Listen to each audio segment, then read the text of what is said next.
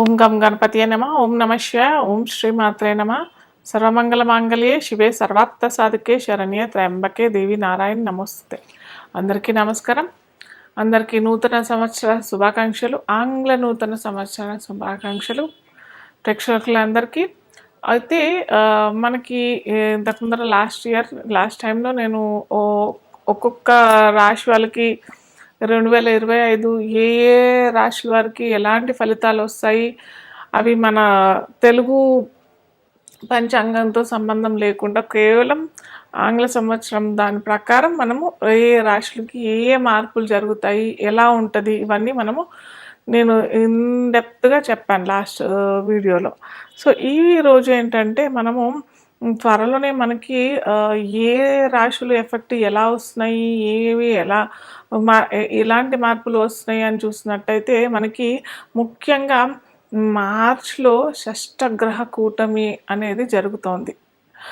క్రితం మనకు 2019 సంవత్సరంలో కూడా షష్టగ్రహ కూటమి ద్వారా మీకు అందరికీ తెలిసిందే, మనకందరికీ ఎంతోమంది జ్యోతిష్ శాస్త్ర నిపుణులు మరియు శాస్త్రవేత్తలు ఎన్నో రకాలుగా చెప్పారు. ఖచ్చితంగా ఏదో సంఘటన జరుగుతుంది, అది మానవాతీతానికి పెద్ద ఆటంకాలు తెస్తుంది అని చెప్పేసి ఖచ్చితంగా చెప్పాము కూడా. కాకపోతే అది పర్టికులర్గా ఈ వ్యాధి వస్తుంది అని చెప్పేసి చిన్నగా ఒక సూచిక మాటుకే మాకు ఎవరికైనా అంతే, జ్యోతిష్య నిపుణులు 90 నుంచి 95% కరెక్ట్గా చెప్పగలుగుతాం. 5% అటు ఇటు అన్నట్టుగానే ఉంటుంది, ఖచ్చితంగా అయితే రాదు. కాకపోతే అక్కడ కూడా ఇది ఏంటంటే దేశగోచారం ప్రకారంగా చూసిన సంఘటన అన్నమాట. కాబట్టి మనకి ఎలాంటి ఫలితాలు వస్తాయని చెప్పేసి ఈ షష్టగ్రహ కూటమి వల్ల మనము అప్పుడు చెప్పగలిగాం.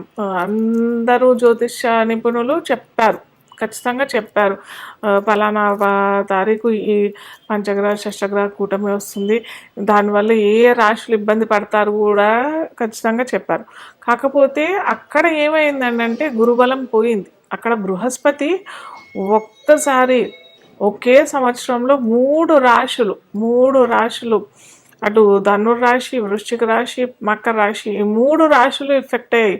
ఒకే సంవత్సరంలో 3 రాశుల్లో బృహస్పతి లేదా శని భగవానుడు, అంటే బృహస్పతి అంటే గురు కనుక మారినట్టయితే ఒక ప్రళయం జరిగే అవకాశాలు చాలా ఉంటాయి. కానీ ఇక్కడ మనకి షష్టగ్రహ కూటమిలో కూడా పెద్దగా మార్పులు అవుతాయి. అంటే దేశగోచారము మనము ముఖ్యంగా మనం చెప్పేది ఈ షష్టగ్రహ కూటమి, దేశగ్రహ గోచారము ప్లస్ రాజకీయవేత్తలకి రాజకీయాలు ఎలా అవుతాయి, వాటి వల్ల ఎలాంటి ఫలితాలు వస్తాయి అనేసి మనము ఈ తూచాతాయిగా మనం చెప్పగలుగుతాం.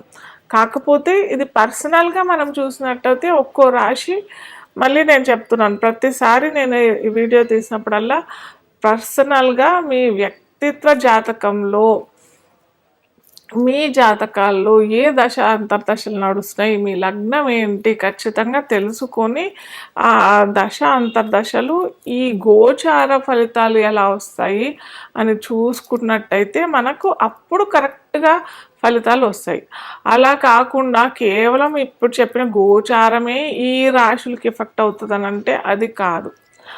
దాంట్లో ఓన్లీ 50 నుంచి 60% లేదా ఒక్కోసారి 50% రిజల్ట్స్ కూడా రావు, మనకి ఫలితాలు అంతగనం రావు.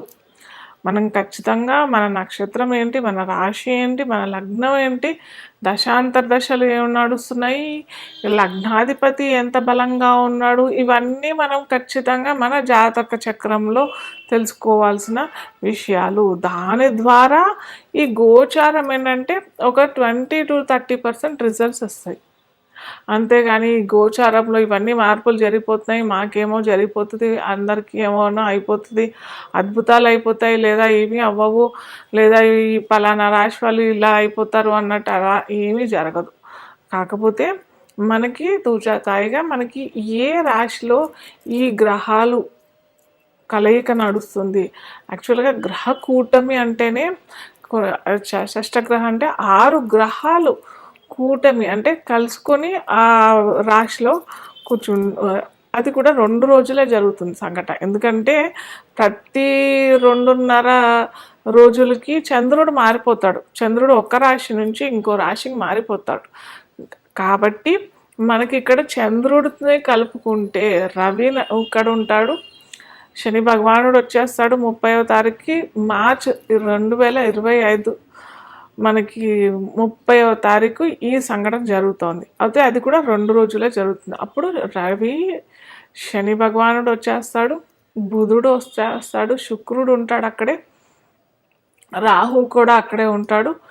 ఈ గ్రహాలు బుధుడు కూడా అక్కడే ఉంటాడు కాబట్టి ఈ గ్రహాలన్నీ ఉంటాయి కాబట్టి మనము ఆ 2 రోజులు మనము షష్టగ్రహ కూటంగా మనం తీసుకుంటాము. ఆ రాశి అంటే మీన రాశిలో పడుతుంది కాబట్టి మీన రాశి వాళ్ళకి ఎలా ఉంటుంది, అలాగే మిగతా రాశులందరికీ కూడా ఎలా ఉంటాయి మనం చూస్తాము ఇప్పుడు తుచ్చతాయిగా. అయితే ఇంకొకటి ఏంటంటే ఇక్కడ తెలుసుకోవాల్సింది చాలా ముఖ్యమైన విషయం ఏంటంటే ఈ ఒక ఆర్క్ లాగా వచ్చేస్తుంది అనమాట. అంటే మనకి 2 రోజులు షష్టగ్రహ కూటమి ఉంటుంది. తర్వాత 2.5 రోజుల తర్వాత చంద్రుడు వచ్చేస్తాడు. తర్వాత 10-15 రోజులకి రవి మారిపోతాడు, మళ్ళీ బుధుడు వెళ్ళిపోతాడు, రాహు మనకి కుంభరాశిలోకి వచ్చేస్తాడు. ఇలా అన్నీ ఒక్కొక్క గ్రహాలు వెళ్ళిపోతుంటాయి. శుక్రుడు వెళ్ళిపోతాడు, బుధుడు వెళ్ళిపోతాడు, ఇవన్నీ వెళ్ళిపోతుంటాయి కాబట్టి ఆ పంచగ్రహ కూటమి అనేది కూడా మెల్లిమెల్లిగా వీడిపోతుంది. కాకపోతే ఇక్కడ ఈ పంచగ్రహ కూటమి అనేది కూడా 10-15 రోజులు మనకి. అయితే 7 లగ్నాలకి మటుకు కాలసర్ప దోషం వస్తుంది. అయితే చాలా మటుకు అందరూ చెప్పేది ఏంటంటే కాలసర్ప దోషం అనేది కాలసర్ప యోగమా అని చెప్పబడుతుంది. మన పూర్వీకులు చెప్పిన విధానం అయితే ఈ కాలసర్ప యోగము దేశగోచారంకే వర్తిస్తుంది, కానీ పర్సనల్గా వ్యక్తిత్వ జాతకానికి ఎటువంటి ఇబ్బంది ఉండదు అనేసి చెప్తారు. కానీ కొన్ని లగ్నాలకి మటుకు ఒక్కొక్క 12 రకాల ఇవి కాలసర్ప దోషాలు ఉంటాయి. సో ఒక్కొక్క కాలసర్ప దోషం ఒక్కో విధమైన ఫలితాలు కూడా ఇస్తుంది. ఇన్డెప్త్గా ఎప్పుడన్నా వీలుంటే నేను చెప్తాను ఒక్కొక్క కాలసర్ప దోషం ఏ విధమైన ఫలితాలు ఇస్తుంది అని చెప్పేసి మరిన్ని వీడియోస్లోను. అయితే అలా ఈ 7 లగ్నాలకి మటుకు ఖచ్చితంగా ఈ కాలసర్ప దోషం అయితే వర్తిస్తుంది. మీరు ఎవరన్నా పిల్లలు పుట్టేవాళ్ళు వాళ్ళు ఏమన్నా ఉంటే ఏమంటారు, చాలామంది నన్ను అయితే అడుగుతుంటారు టైమింగ్స్ ఇవ్వమని చెప్పేసి. దయచేసి ఈ కాల సర్పదోషంలో కాకుండా వేరే లగ్నాల్లో చూసుకోండి మీ పిల్లలు పుట్టుక. ఇది ఒక్కటి మన చేతిలో కొద్దిగా ఉంటుంది. జనన సమయము మరణ సమయము ఈ 2 మన చేతుల్లో ఉండవు చెప్పాలంటే.